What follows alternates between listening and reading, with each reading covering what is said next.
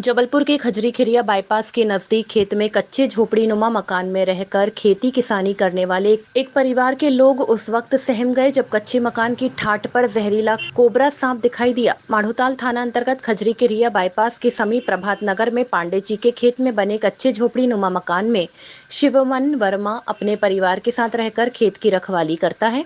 शिवमन की पत्नी जब चाय बनाने चूल्हे के पास गई तो ऊपर ठाठ पर एक सांप बल्लियों में लिपटा हुआ दिखा। उसे देखकर उसकी चीख निकल गई। वह बुरी तरह डरी सहमी भागते हुए खेत में काम कर रहे अपने पति के पास पहुंची और चूल्हे के पास सांप सांप चिल्लाने लगी। पति पत्नी दोनों लाठी डंडों से सांप को भगाने का प्रयास करने लगे, लेकिन सांप कच्चे मकान की बांस बल्लियों एवं दीवारों दरारों में लुका छिपी करने लगा। कई घंटे बीत जाने के बाद भी जब सांप नहीं भगा तो सांप की दहशत से खौफजदा शिवमन ने सर्प विशेषज्ञ गजेंद्र दुबे को सूचना दी, जिन्होंने मौके पर पहुंचकर कड़ी मशक्कत के बाद सांप का रेस्क्यू किया और फिर 4 फीट लंबे बेहद जहरीले कोबरा सांप को पकड़कर जंगल में छोड़ दिया।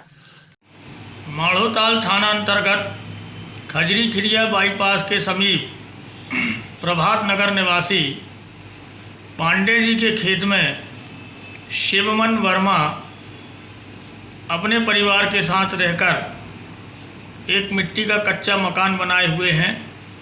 वहाँ रहकर खेतों की रखवाली करते हैं। कल शाम को 6 बजे एक कोबरा प्रजाति का सर्प उस मकान के ठाठ में जाकर के बैठ गया। संभवतः वह चूहे के शिकार के लिए बैठा हुआ था। उसी समय शिवमन वर्मा की पत्नी चाय बनाने के लिए पहुंची और उन्होंने सर्प को देखा तो उन्होंने तत्काल खेत में काम कर रहे अपने पति शिवमन वर्मा को सूचना दी। शिवमन वर्मा अपने सहयोगियों के साथ तत्काल पहुंचे और उन्होंने सांप को भगाने के लिए तमाम प्रयास किए, लेकिन सांप नहीं भगा। 8:30 बजे रात को शिवमन वर्मा ने हमको सूचना दी। मौके पर जाकर हमने सांप को पकड़ लिया है। ये सांप कोबरा प्रजाति का है और अभी बच्चा है। ये नर है, इसे नाग भी कहते हैं और इसमें न्यूरोटॉक्सिन जहर होता है।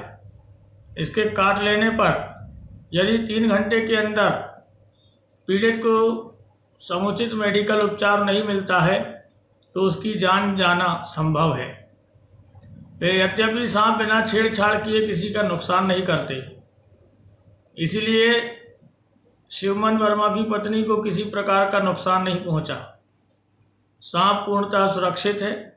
उसे बरगी के प्राकृतिक रहवास में छोड़ दिया गया है।